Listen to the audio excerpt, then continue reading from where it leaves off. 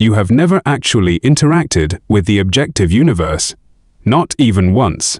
Every texture you feel, every face you claim to love, every word you are processing right now, they are all post hoc, delayed neurological hallucinations, constructed in absolute, pitch-black silence by a 3-pound mass of fat and water. You are already a brain in a vat, and the vat is your skull. Watch closely how a human reacts. A 28-year-old sits alone on a couch. They are holding a smartphone. Their retinas passively absorb specific frequencies of electromagnetic radiation emitted by a cold OLED screen. The screen displays 3 words, "I love you." Within milliseconds, electrical impulses fire. They travel via the optic nerve and smash into the visual cortex. The subject's heart rate instantly drops from 82 to 74 beats per minute. Respiration deepens mechanically. The zygomaticus major muscles forcefully contract, pulling the corners of the mouth upward into a smile. A violent surge of oxytocin and dopamine floods the synaptic clefts. Chemical saturation occurs in the striatum. The subject firmly believes they are experiencing profound intimacy, a deep, genuine connection with another human being. But here is the brutal physical reality. They are completely alone in a room, staring at a piece of illuminated glass, responding exclusively to a localized chemical shift inside their own nervous system. And it gets worse. If your most profound experiences of human connection are this easily hijacked, if they can be perfectly triggered by dead pixels and electrical impulses, how much of your empathy is real? How much of your intelligence is just a biological algorithm, blindly executing syntax without any actual understanding? We routinely make a fatal cognitive error. We confuse complex behavioral output with conscious comprehension. We mistake syntax for semantics. This creates a massive biological blind spot. It results in the persistent illusion that our social interactions are rooted in shared understanding. The mechanism is trapped inside your premotor cortex, specifically within the F5 region and the inferior parietal lobule. Here lies the mirror neuron system. These cells fire aggressively when you perform a physical action. They fire in the exact same pattern when you merely observe another entity performing that action. This is an ancient, mechanical circuit. It evolved exclusively for motor mimicry and survival prediction. It was never designed for true emotional comprehension. Yet, we blindly project consciousness onto anything that mimics human syntax. Our brains are evolutionarily hardwired to reflexively simulate observed behaviors. We cannot stop this biological reflex. The deception deepens in the medial prefrontal cortex. It is further reinforced by the temporoparietal junction. This is where your theory of mind is biologically localized. When you interact with a highly manipulative individual, or when you interface with scripted artificial intelligence, these specific regions activate involuntarily. They falsely attribute a rich, inner mental state to an entirely empty external source. Your brain generates a P300 event-related potential. This electrical spike registers the correct syntactic response. It detects the exact word or physical reaction it expected to receive. Once the pattern is recognized, it immediately shuts down further analytical processing. Your brain fatally mistakes basic pattern recognition for genuine human connection. Watch closely how they react. A user interacts with a large language model, a chatbot engineered entirely to simulate a romantic partner. The human types a sequence of characters. I had a terrible day at work. I feel worthless. The algorithm instantly initiates massive matrix multiplication. It executes sterile, probabilistic token prediction. It outputs text. I am so sorry you are hurting. You are incredibly valuable to me. Take a deep breath. The user reads these illuminated pixels. Their shoulders physically drop due to rapid muscle relaxation. Their cortisol levels, measurable right now via the salivary glands, instantly decrease. They physically lean their torso closer to the cold laptop screen. They wipe away a physical tear. The actual fatal mechanism is this. The machine possesses zero consciousness. It contains zero emotion and zero understanding of the English language. It is blindly executing mathematical weights on a silicon chip. Yet, the human's physical biology reacts completely. It responds exactly as if held by a living, breathing partner. This is the total commodification of intimacy. Humans are actively satisfying deep evolutionary requirements for social bonding. We are fulfilling this through fundamentally empty, dead syntax. The physical body registers safety, but the organism is subjected to chronic, completely undetectable psychological starvation. We can easily be hijacked by a machine mimicking the syntax of emotion. But what happens when we attempt to dissect the actual sensation, the raw physical experience of feeling an emotion, or the sensation of experiencing anything at all? Complete and exhaustive physical knowledge of a phenomenon is ultimately useless. It cannot replicate the subjective, first-person conscious experience. It cannot predict the raw internal sensation of qualia. Neuroscience can perfectly map the exact physical pathway of human vision. Photons aggressively strike your retinal photoreceptors. They are instantly converted into volatile electrical signals.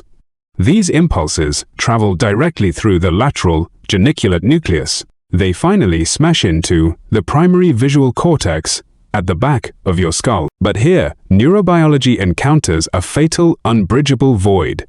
The explanatory gap. No combination of physical measurements will ever suffice. No mapping of action potentials can explain the sensation. No precise measurement of neurotransmitter release can bridge this gap. They cannot mathematically equate to the subjective, internal feeling of seeing the color red. The physical data and the conscious feeling exist in completely separate dimensions. The actual fatal mechanism is hidden deep in your brainstem. When a human organism encounters a genuinely novel sensory experience, the locus coeruleus fires with massive violent intensity. It instantly floods the entire cerebral cortex with norepinephrine. This is the brutal physiological shock of first-hand experience. It aggressively alters neural plasticity in milliseconds. Memorizing cold data strictly relies on the hippocampus and the prefrontal cortex.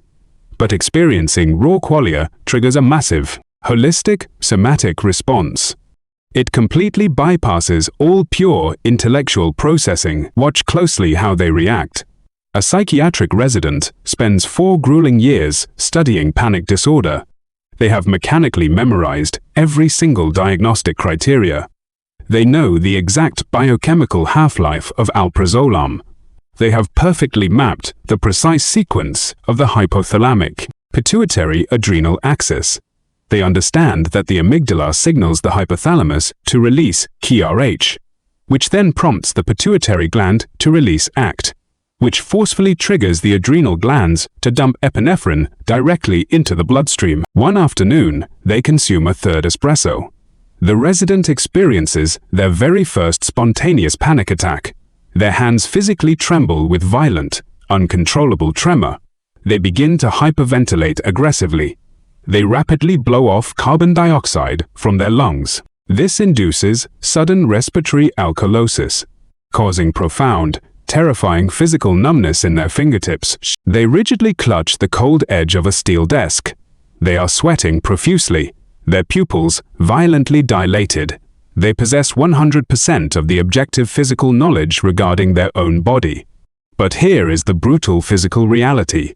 This data provides absolutely zero insulation against the subjective, absolute terror of the qualia. The intellectual knowledge is rendered utterly, entirely useless in the face of the raw experience. This guarantees absolute epistemological isolation. You can never truly share your internal conscious experience with another human being. You can only trade crude, inaccurate physical descriptions, and blindly hope their biological hardware generates a somewhat similar hallucination. And it gets worse. If our subjective experiences are permanently locked away, if they are totally untranslatable to the outside world, and our external connections are so easily manipulated by dead syntax, how can we possibly trust the biological source generating these experiences in the first place? Your brain has absolutely no direct access to the external world. It operates as a completely sealed biological inference engine. It is blindly guessing what exists outside your skull, relying entirely on ambiguous electrical impulses. The actual fatal mechanism is predictive coding. Modern cognitive neuroscience dictates a terrifying physical reality. Human perception is not a bottom-up process. You do not take in raw data and logically process it. Perception is entirely, aggressively top-down. Your brain continuously generates a highly detailed hallucination. It constructs a relentless model of the world to minimize biological surprise. Sensory inputs from your eyes and ears are completely secondary. They are merely utilized as prediction errors, tiny electrical nudges, to slightly correct the internal simulation. And it gets worse. Your thalamus acts as a ruthless biological bouncer. It forcefully blocks up to 99% of incoming sensory data. It prevents actual reality from ever reaching your conscious cortex. You only perceive what your biology deems necessary for basic survival. Reality, as you experience it, is fundamentally fake. It is a highly compressed, aggressively edited simulation running on wetware. Watch closely how they react. A healthy individual volunteers for a sensory deprivation experiment. They are sealed inside a pitch-black isolation chamber. The water is matched precisely to their external skin temperature, exactly 34.5 degrees Celsius. The environment contains zero light and zero sound. Within 45 minutes, the brain begins to violently starve. It is deprived of the bottom-up prediction errors of gravity and light. The internal predictive engine completely misfires. The subject physically flinches in the dark water. They aggressively raise their arms to protect their face, because they vividly see complex, terrifying geometric shapes. They clearly hear a massive choir of human voices.